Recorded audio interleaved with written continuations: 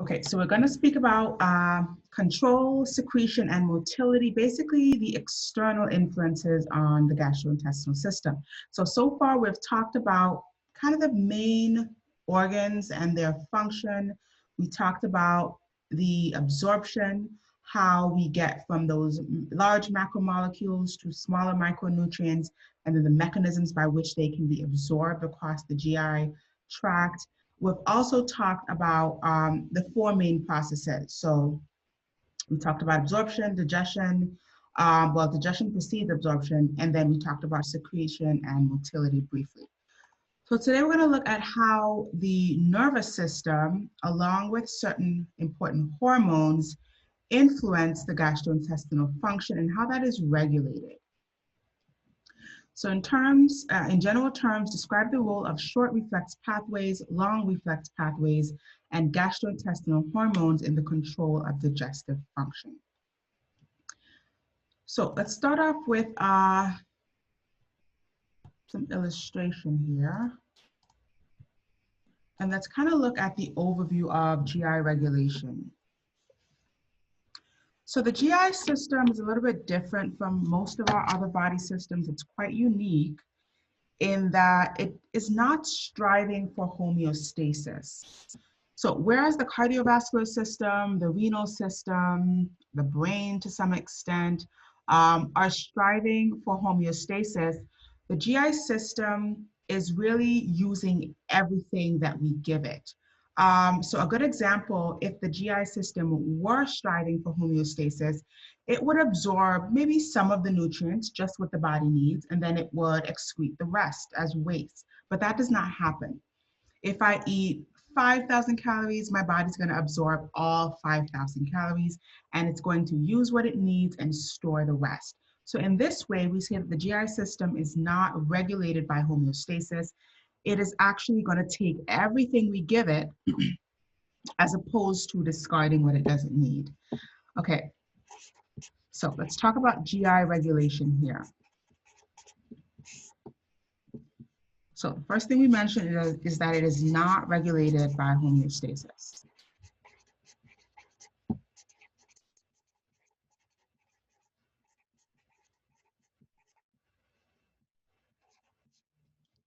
And what that really means is that absorption is going to be maximized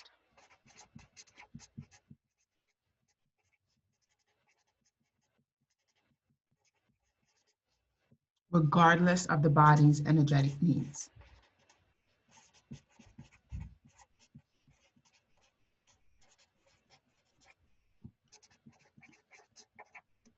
Okay, and this is why we gain and lose weight, because the body's really taking in everything that we give it, and it's going to mainly store what it doesn't need.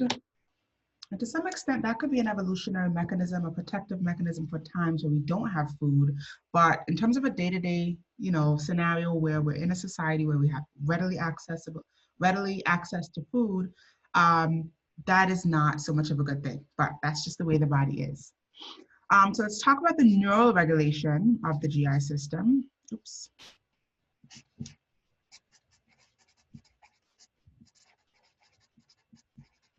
So hard to spell and talk. The neural regulation, and then we'll speak about the hormones that are involved.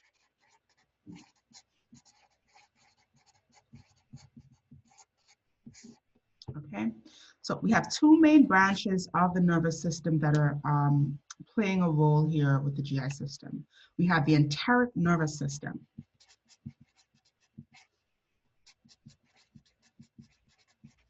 And we kind of talked about the enteric nervous system briefly when you look at the autonomic nervous system. The enteric nervous system is a branch of the autonomic nervous system, but it's specifically the branch that governs the GI system and the GI function.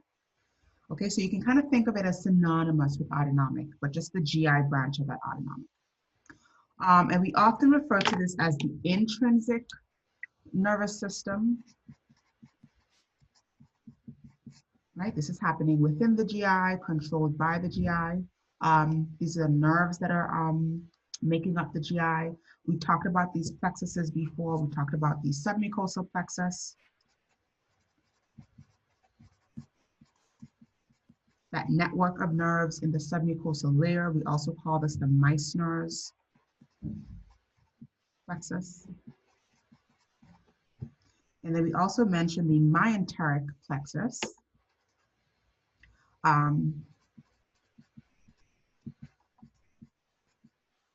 which we also call the Auerbach's plexus. Right, this was in the submucosal layer. This one was in the muscularis externa, so the thick layer of smooth muscle. The prefix myenteric here means of the muscle. So this is the network of nerves that are involved in the enteric nervous system, basically the autonomic division for the GI. We also have some involvement of the central nervous system. So the central nervous system, via way of the autonomic nervous system,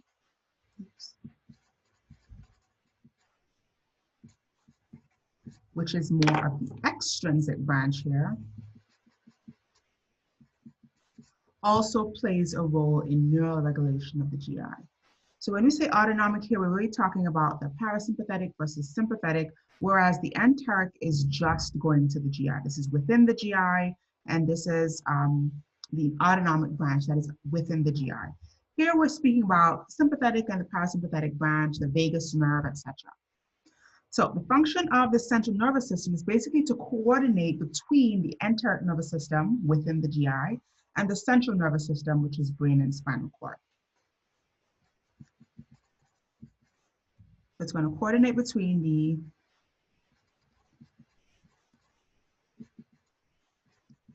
central nervous system structures and the enteric nervous system structures. Okay, and that's what the parasympathetic and sympathetic fibers will do. Let's look at the hormones that are involved.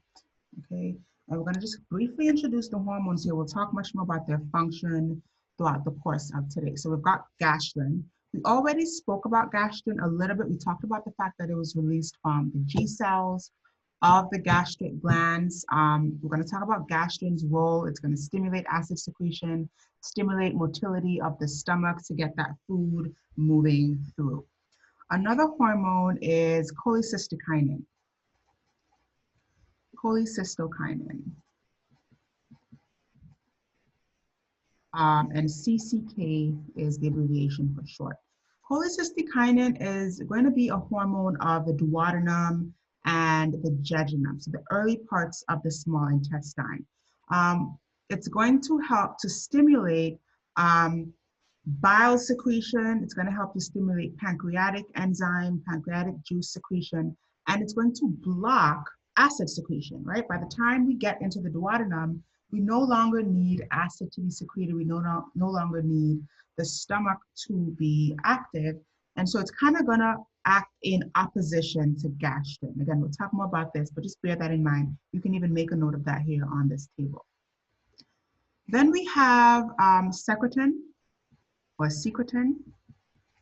Oops, there should be an N. Secretin, and secretin is gonna act along with CCK. So secretin and CCK are going to be like, have a synergistic relationship. They're going after the same goal, whereas gastrin and CCK are going to have opposite goals. And then the final hormone is called GIP, or glucose independent.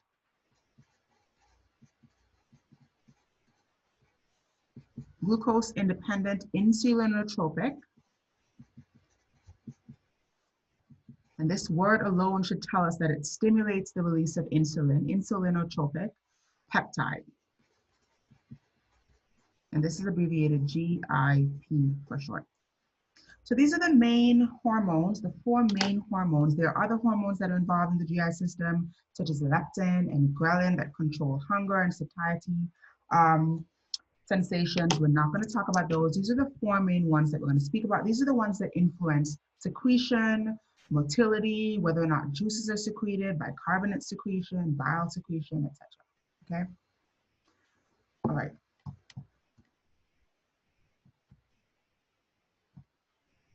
Let's look at the neural reflex pathways. So the actual pathways by which the nervous system plays a role here. So that was a part of our very first objective. So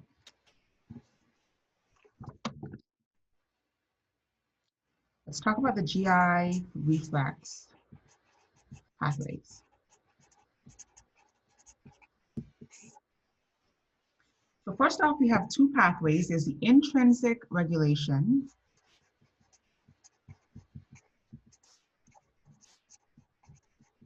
And if you think back to that drawing that we just did, where we described the two parts of the nervous system, one was intrinsic and one was extrinsic, that's very much going to tie into these two roles of regulation and these two reflex pathways.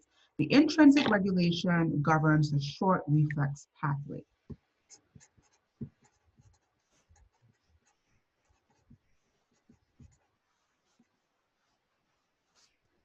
Okay. Then we have the extrinsic regulation, which is pretty much our external autonomic system, so parasympathetic, sympathetic, and that is communicating from the central nervous system. So anything that's outside of the GI itself. This is going to be the enteric, which is within the GI. Extrinsic is going to be outside of the GI. Okay, extrinsic regulation. And this governs the long reflex pathway. Okay. Let's actually describe these pathways, and we're going to use an example of someone ingesting food. Let's say you just had a meal, or let's say you're actively consuming a meal now, and we're going to talk about what happens in these two pathways regarding to that meal. So first, you're going to have a stimulus. And the stimulus will likely be stretch of the GI. So after you consume that meal, the next thing that's going to happen is you're going to have stretching of the wall of the GI. So stretch is one of those stimuli, as well as the presence of macromolecules and micronutrients.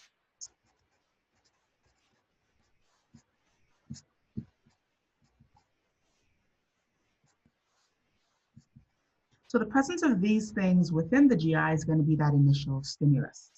The next thing that we see is that there are chemoreceptors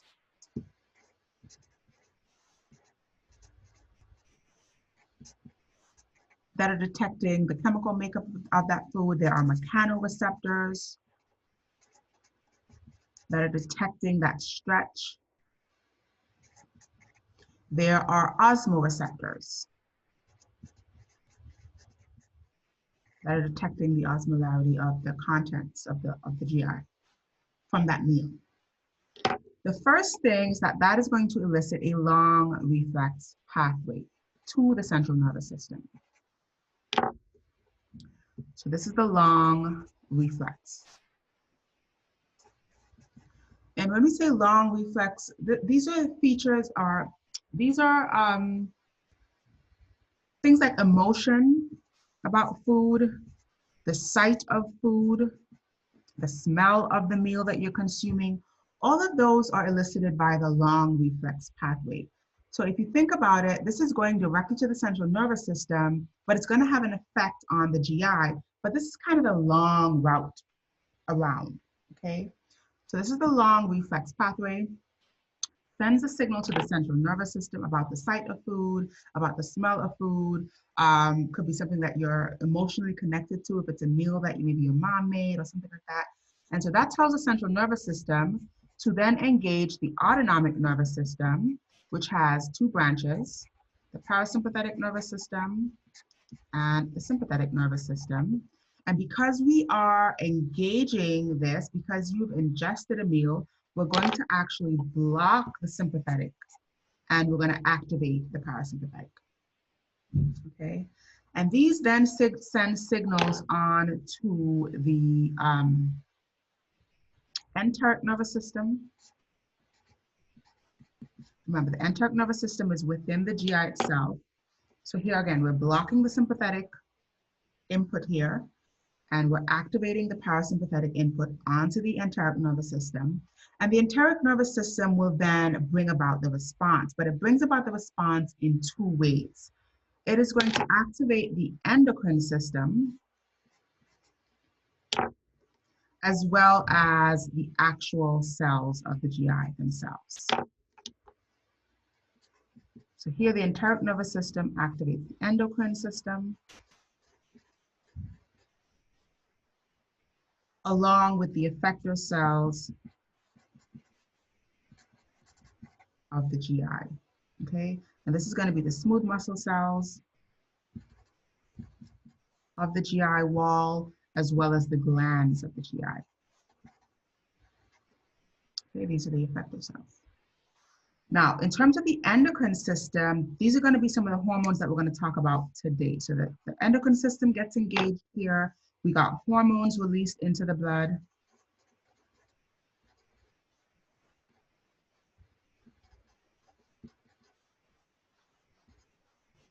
And then that also indirectly engages these effector cells as well, okay?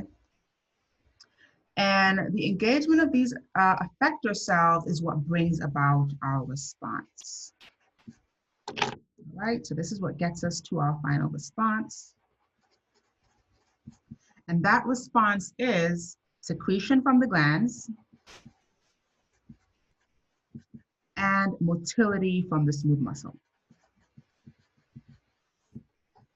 Okay.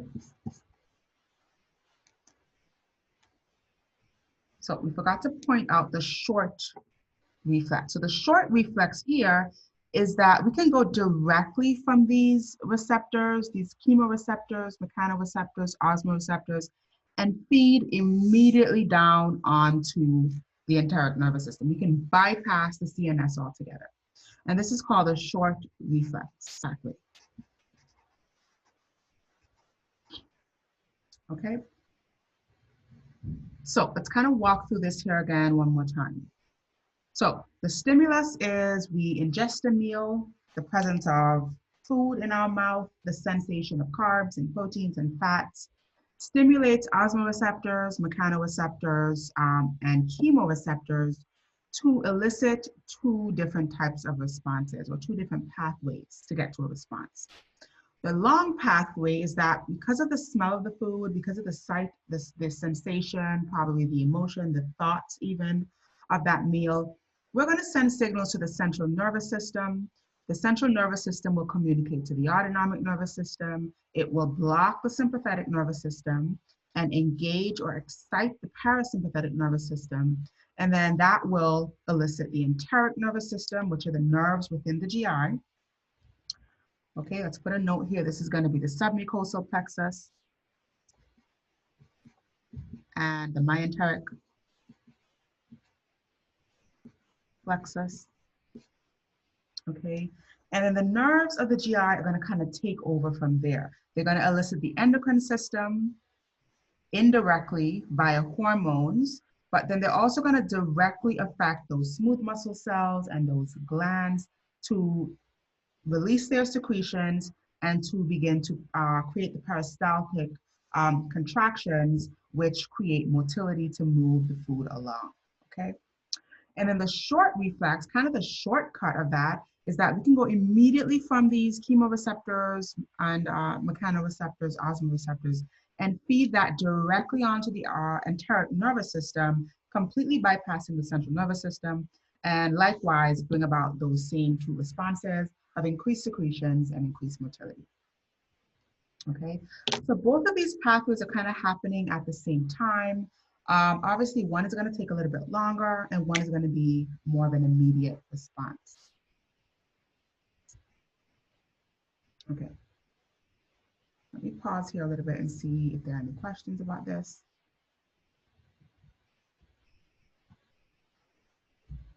Okay. So let's move on and continue on our packet here.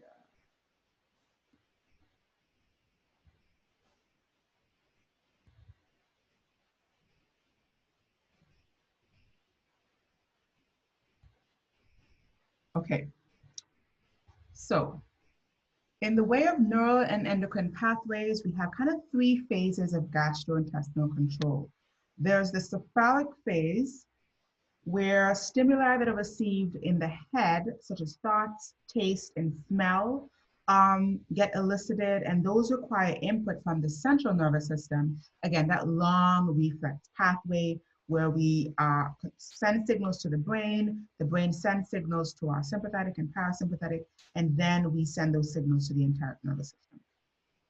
And these are going to be anything that originates in the head. If you think about the word cephalic means of the head. So these are going to be your eyes and your ears and your thoughts, your brain, your smell, your taste buds. The gastric phase, which is the second phase of control, is going to be anything that originates from the stomach. So this is going to be the actual presence of food. So when the food actually makes its way down your esophagus into your stomach, then we're going to start eliciting the short reflex pathway, which is going to bring about those hormones from the endocrine system, as well as the direct influence on the smooth muscle cells and the glands of the GI. And likewise, the intestinal phase, this is also stimulating anything from the intestines.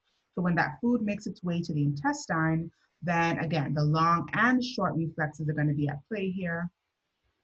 And that is going to, again, stimulate the GI hormones and stimulate the smooth muscle cells and glands. So basically from the stomach onwards, we're eliciting both of these pathways simultaneously, but from the head, we're really only looking at the central nervous system input, which is the